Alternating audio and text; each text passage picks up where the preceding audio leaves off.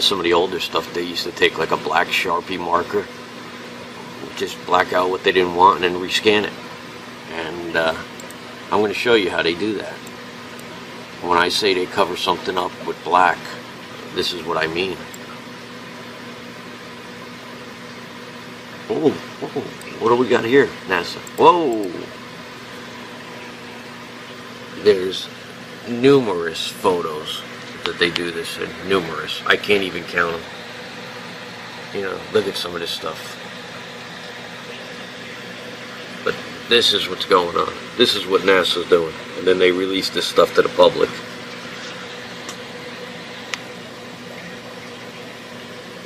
This is from the Cassini probe. This is Titan. I don't even believe that this is here, first of all, okay? There's definitely something behind it that's emitting all types of light. Now, if you can tell me how this is not, look, they just covered part of it. I don't even believe that this is, I believe that this is just cut in.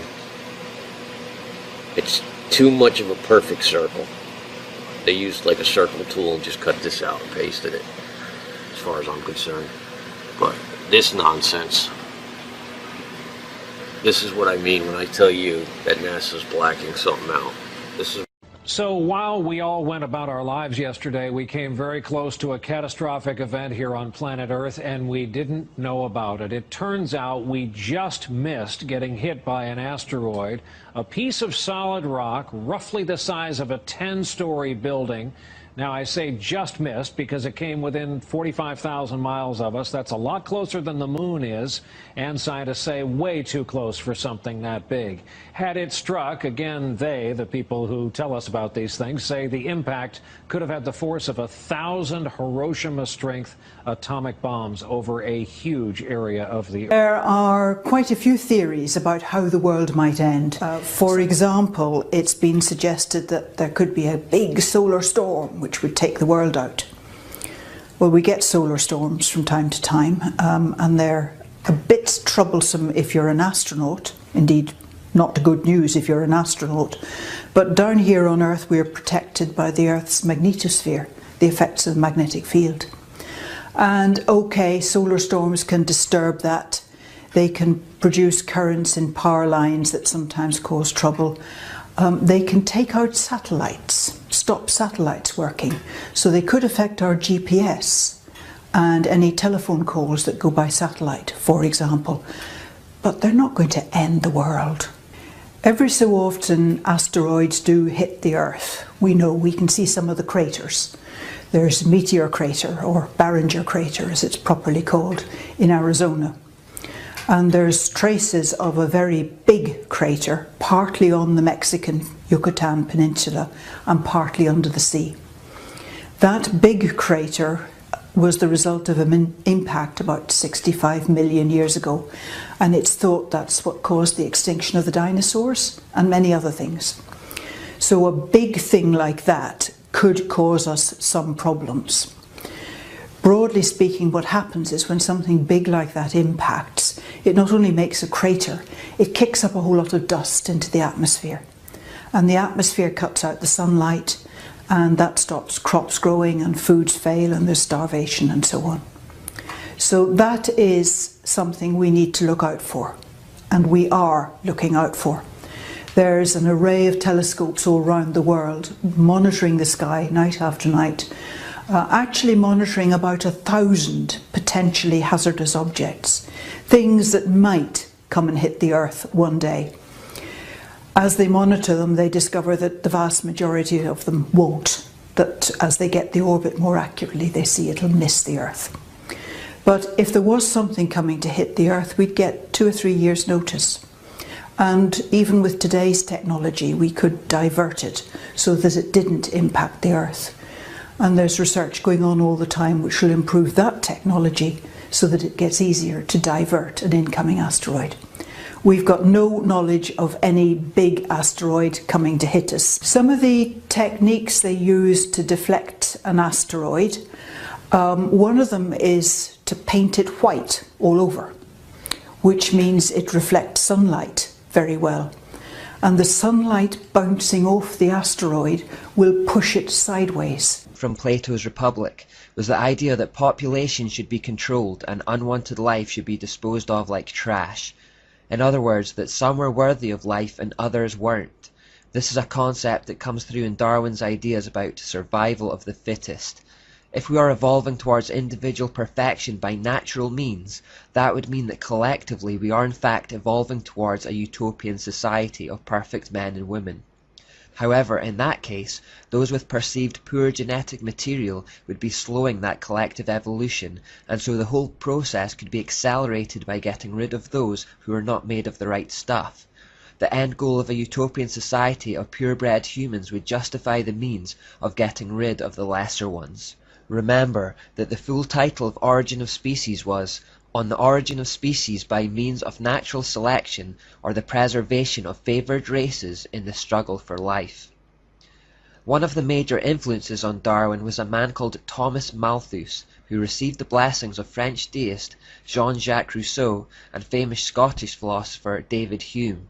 Incidentally, David Hume has a prominent statue on Edinburgh's Royal Mile, and if you look at the back of it, you will see this sun god symbol. Now, Thomas Malthus authored a document called The Essay on the Principle of Population, where he concluded that, amongst other things, society should adopt policies that prevent the human population from growing disproportionately larger than the food supply. Malthus, again finding a root in Plato's Republic, proposed genocide to make sure this didn't happen. Specifically, he thought to target the poor. He says, "Instead of recommending cleanliness to the poor, we should encourage contrary habits. In our towns we should make the streets narrower, crowd more people into the houses, and court the return of the plague. In the country we should build our villages near stagnant pools, and particularly encourage settlement in all marshy and unwholesome situations. But above all, we should reprobate specific remedies for ravaging diseases, and those benevolent but much mistaken men who have thought they were doing a service to mankind by projecting schemes for the total extirpation of particular disorders." Malthus believed that by such methods the undesirables in society could be effectively culled. He said regarding children, "We are bound in justice and honour formally to disclaim the right of the poor to support. To this end I should propose a regulation be made declaring that no child born should ever be entitled to parish assistance. The illegitimate infant is comparatively speaking of little value to society, as others will immediately supply its place. All children beyond what would be required to keep up the population to this desired level must necessarily perish, unless room be made for them by the deaths of grown persons." The logic behind the idea that those who serve society least should be destroyed was echoed under Darwinism in the survival of the fittest. The individual is lost in the collective. Again, the end of a utopian society justifies the means of killing the poor and the weak. This naturally leads to another idea put forward by Plato, that people who are perceived to have pure genetic materials should be encouraged to breed amongst themselves to produce a race of supermen fit for ruling over the masses. This selective breeding is called eugenics. Eugenics actually found its Enlightenment-era origin in Charles Darwin's cousin, Sir Francis Galton. Galton regurgitated the thoughts of Plato in his work, Hereditary Genius, which was basically a racist tirade advocating a system of selective breeding for purposes of providing more suitable races or strains of blood a better chance of prevailing over the less suitable. In other words, trying to artificially speed the upward course that evolutionists thought we were naturally already on. In truth, selective breeding had been practiced for some time amongst the elite. Inbreeding was commonplace amongst the ruling class to protect the genetic purity of their future stock. Galton merely took this idea and popularized it as a legitimate science. This very same tradition was in fact practiced by Charles Darwin himself in the hopes of maintaining a genetic superiority in his own bloodline. Darwin married the youngest granddaughter of his maternal father. Researcher Ian Taylor reveals the outcome of this project. Darwin's idea of inbreeding to produce superior stock can be seen to be a complete disaster in the case of his own 10 children. Of the 10, one girl, Mary, died shortly after birth. Another girl, Anne, died at the age of 10 years. His eldest daughter, Henrietta, had a serious and prolonged breakdown at 15 in 1859. 3 of his 6 sons suffered such frequent illness that Darwin regarded them as semi-invalids, while his last son, Charles Jr., was born mentally retarded and died in 1858, 19 months after his birth. Science has shown that inbreeding actually leads to speedier destruction of the genetic code rather than evolution because of something called biological mutations, which is why so-called purebred dogs are in fact more prone to health problems than mixes. The errors in their genetic code multiply as they are bred amongst themselves over long periods. But where true science fails, the religion of scientism continues stubbornly on. If they had followed God's wisdom in Leviticus 18, they would have heeded the warning not to commit incest, and they would have been all the better for it. In their own human wisdom, however, they persisted and reaped the consequences. The idea of eugenics continued to be promoted in the scientific community for a long time afterwards. At the turn of the 20th century, in 1901, the Statistics Department of London's University College became the headquarters for the Eugenics Education Society. Motivated by Galton's vision of a future utopia ruled by a genetically engineered pure elite, the Eugenics Society grew into a successful political movement and would eventually inspire Hitler's Holocaust against the Jews. Population control is still a big issue for the elite today. As recently as May 24, 2009, The Times reported of a secret meeting of billionaires held in New York City, including the likes of Bill Gates and Oprah Winfrey, where the #1 issue on the agenda was how to cap the global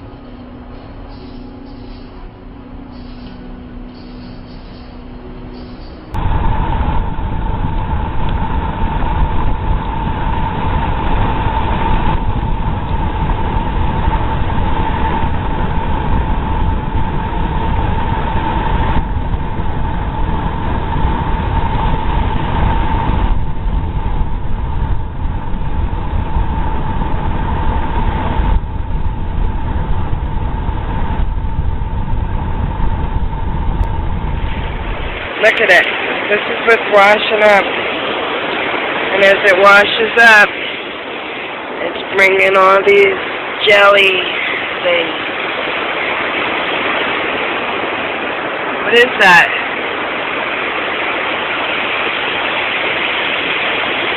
It's all over.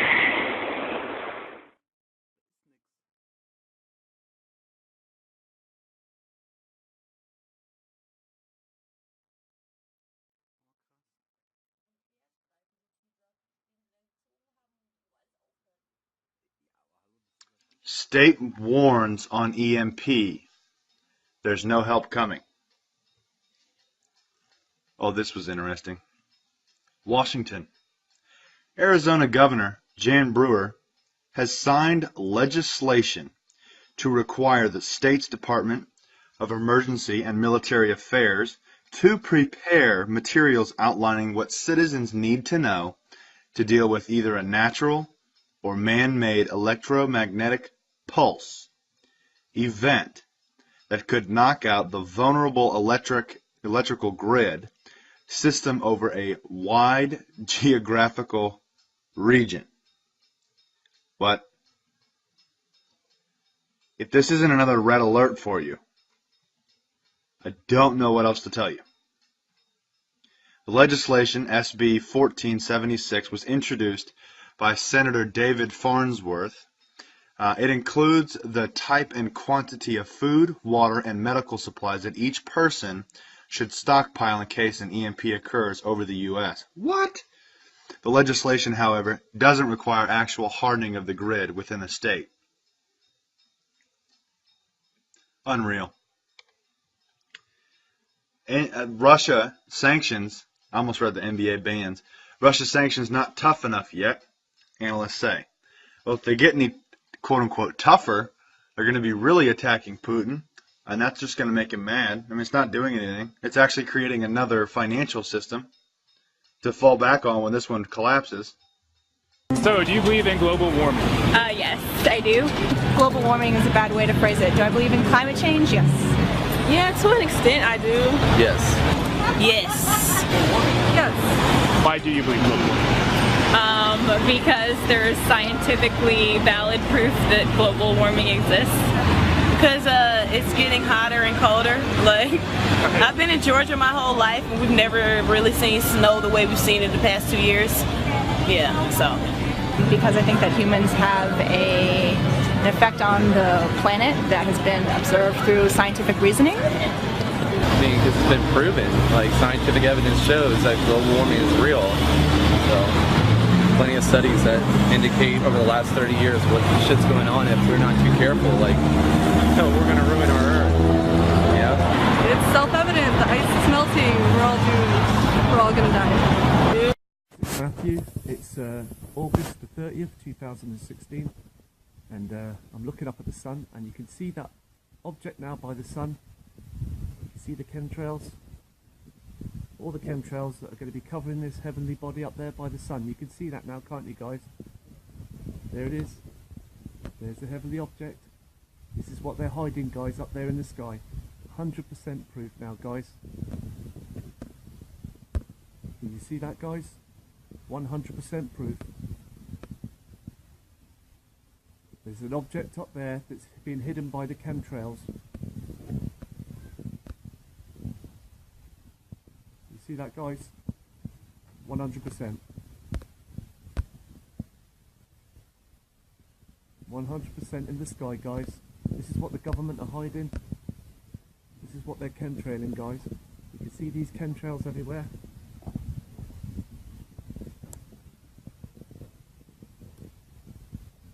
This is what they're hiding. There's the heavenly object, guys.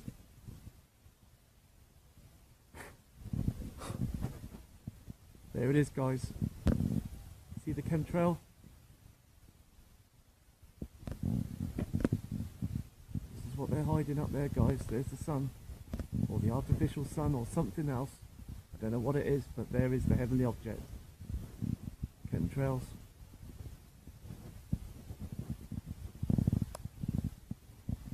There it is, guys. There is your 100% proof that they're hiding a celestial body up there, guys. The time is now 12:30, 1:45 in the UK, North East Links. There it is, guys. I'm Matthew, and I'm showing you the heavenly body that's by the sun, guys. This object, when it goes, when it comes to like 2 o'clock, 5 o'clock, it comes from the right hand, it goes to the left hand side. Comes to the left hand side. At the moment, it's on the right hand side. It moves like a comet. This object moves like a comet in the sky, guys. Time to believe. There it is. 100%. 100% there is the object, guys. There it is. No lens flare. No sundog. Just the object 100%. And thank you for subscribing to my channel. I'm using my HD Canon camcorder. I'm using a solar lens, but it's a proper lens. It's just a normal lens with the solar lens, so it doesn't cause the sun to be so 100% bright. It takes a lot of the glare away. And with the glare away, there it is, the hidden object. You can see the chemtrail just about to hide the object. Have a nice day, guys. There you are.